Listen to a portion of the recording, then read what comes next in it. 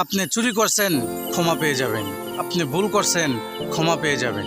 আপনি খারাপ কাজ করছেন, হয়তো এটারও আপনি ক্ষমা পেয়ে যাবেন। আপনি নামাজ পড়েন না, ক্ষমা পেয়ে যাবেন। আপনি অনেক খারাপ কাজ করতেছেন, ক্ষমা পেয়ে যাবেন।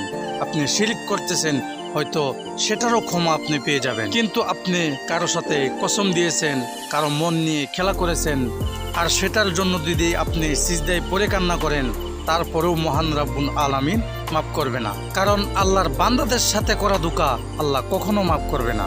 আপনি যেরকম করছেন আপনি সেরকমই পাবে। হয়তো আপনি মেনে নেন আপনি কারোর সাথে ধোঁকা করেছেন, তারপরে আপনার সাথে দুইটা ঘটনা ঘটবে। হয়তো আপনাকেও ধোঁকা দিবে, আপনার মন নিয়ে খেলা করবে। আর যেটাকে আমরা বলি যেমন করেছেন তেমন ফল পেয়েছেন। আর একটা হলো, যাকে আপনি ধোঁকা দিয়েছেন তাকে আল্লাহ এমন কিছু দান করবে যেটা তার ক্ষমতার থেকেও অধিক, আর সে আপনার থেকে অনেক আগে চলে যাবে। আর আপনি এটাই ভাববেন আমি কেন তার সাথে এমন কাজগুলি করলাম। আর আমরা মানুষের তো এটাই অভ্যাস, দ্বিতীয় জনের ভালো দেখে আমরা নিজে থাকতে পারি না। কিন্তু আপনি এটাই চিন্তা করেন, আজকে আপনি যা লাগিয়েছেন কালকে আপনার ওটাই কাটতে হবে। তো ভালো থাকেন, খুদা হাফিজ।